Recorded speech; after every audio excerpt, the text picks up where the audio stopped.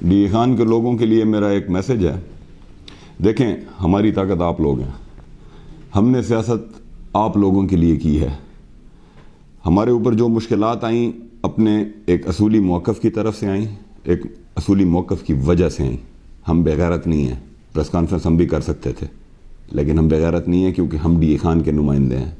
کل کو ہم اگر کہیں جاتے ہیں باہر تو ہماری پہچان بطور ڈیراوال ہے. آپ لوگوں نے گھبرانا نہیں ہے. ہم میدان میں تھے, ہم میدان میں ہیں, ہم میدان میں رہیں گے. عمران خان کے ساتھ ہم غیرت پہ کھڑے ہیں, ہم اصول پہ کھڑے ہیں, ہم پاکستان کے لیے کھڑے ہیں. اور میرا سب کے لیے میسج ہے, ڈیرے کے لوگوں کے لیے بھی, پاکستان کے لوگوں کے لیے بھی. حالات جتنے بھی مشکل ہوں, حالات کبھی ایک جیسے نہیں رہتے. حالات اگر آپ کے اچھے ہیں تو شیشے میں اپنی شکل دیکھ کے دیکھا کریں کہ یہ خراب بھی ہو سکتے ہیں, اور اگر حالات کبھی خراب ہیں تو شیشے میں یہ اپنی شکل دیکھ کے یہ بھی دیکھا کریں کہ یہ کبھی ہمیشہ خراب نہیں رہیں گے. منظر عام پہ ہی ہیں. مطلب ابھی تو وہ جس طرح ہے نا کہ کچھ ہم چاہ رہے ہیں کہ تھوڑا سا یہ باقی کینڈیڈیٹس ڈی اے خان کے لوگوں پہ خرچہ مرچہ کر لیں, تھوڑا سا اس والی بات ہے. ان کے جو پیسے شیسے ہیں بوریوں کو تھوڑی سی ہوا شوا لگ جائے, اور انشاءاللہ ود ان فیو ڈیز ہماری پراپر جو کمپین ہے کارنر میٹنگز کی یا جلسے وغیرہ کی, زیادہ تر تو ہمارا جو ڈیجیٹل وہ ہے وہ کارروائی تو ہماری شروع ہے. ساتھ آرگنائزیشنل ایشوز کے اوپر بھی ہم لوگ کام کر رہے ہیں, کیونکہ ہمارا جو ڈیٹا بینک ہے الحمدللہ وہ کافی ڈیجیٹلائز ہے. اس کے اندر ہمارے یو سی لیول کے اوپر ورکرز کی ٹیمیں وغیرہ وہ سارا کچھ ایکٹیویٹ ہے.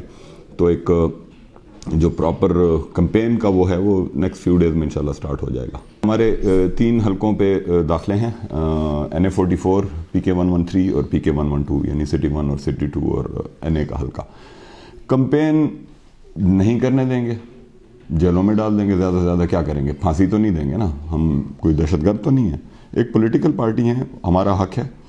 اور پہلے بھی علی امین کے اوپر آپ کو پتہ ہے کہ 100 سے اوپر کیسز جو ہیں وہ بنا چکے ہیں لوگ, اور سارے فیک کیسز ہیں. اس میں میجارٹی کیسز جو ہیں وہ اڑ گئے ہیں, قواش بھی ہو گئی ہیں, FIR ہیں, اور اس کے اندر مطلب ایون سرزنش بھی ہوئی ہے پولیس کی کہ یار یہ کس طرح آپ لوگوں نے مذاق شروع کیا. جس طرح بھی تھوڑی دیر پہلے بات ہو رہی تھی کہ انور زیب خان ایک شریف آدمی, مطلب اس ایج میں اس کے اوپر آوارہ گردی کی FIR ہے, اور انہوں نے کہا کہ جی تیرے کاغذ ریجیکٹ ہو گئے.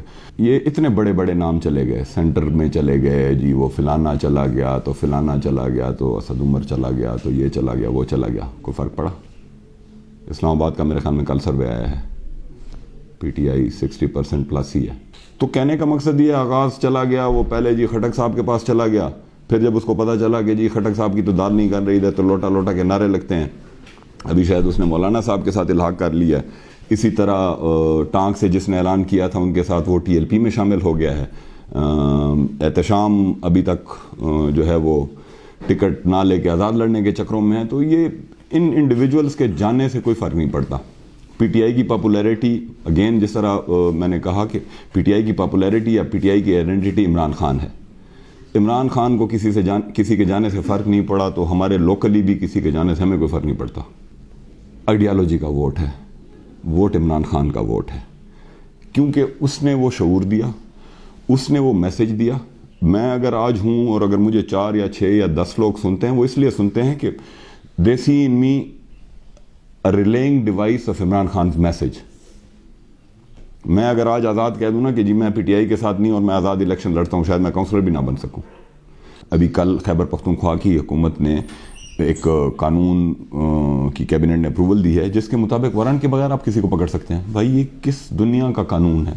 کیا ہم کوئی افریقن بنانا ریپبلک بن گئے ہیں؟ تقریباً بن تو ہم گئے ہی ہیں. میں تو اس کو معذرت کے ساتھ کسی کو برا لگے کدو ریپبلک ہی کہوں گا جو اس وقت اس ملک کے اندر حالت شروع ہے. اور انصاف کے جو سب سے بڑے ادارے ہیں وہ مردوں کو انصاف دلانے پہ تلے ہوئے ہیں کہ جی بھٹو صاحب کا کیس سن لیا جائے, لیکن جو زندہ ہیں ہزاروں لاکھوں کیسز ان کے پاس پینڈنگ ہیں, ان کی طرف کوئی توجہ نہیں ہے. نواز شریف کی نااہلی جو ہے وہ ختم کرنا اس وقت ملک کا سب سے اہم مسئلہ ہے. وہ جی لائیو ٹیلی کاسٹ ہو رہا ہے, وہ جی یہ ہو رہا ہے وہ ہو رہا ہے. توبہ کے دروازے کھلے ہیں بھائی. اگر توبہ کے دروازے کھلے ہیں تو جیلوں کے دروازے بھی کھول دو. جس نے بھی قتل کیے ہوئے ہیں, جو بھی دہشت گرد جیل کے اندر ہے, وہ بھی توبہ کرتا ہے, پھر اس کو بھی باہر چھوڑ دو. تو یہ دوہرا معیار اور یہ ایک فسطائیت, سادہ الفاظ میں فیشزم جس کو ہم کہتے ہیں, فیشزم کا جو ایک یہ شروع ہے ایک ان اینڈنگ اسپیل اس کو ختم ہونا چاہیے. الیکشن کا جو ہمارا ایکٹ ہے اس کے اندر 62-63 کی کوالیفیکیشن, آئین کے 62-63 کی کوالیفیکیشن یا ڈسکوالیفیکیشن اس کی کرائٹیریا ہے.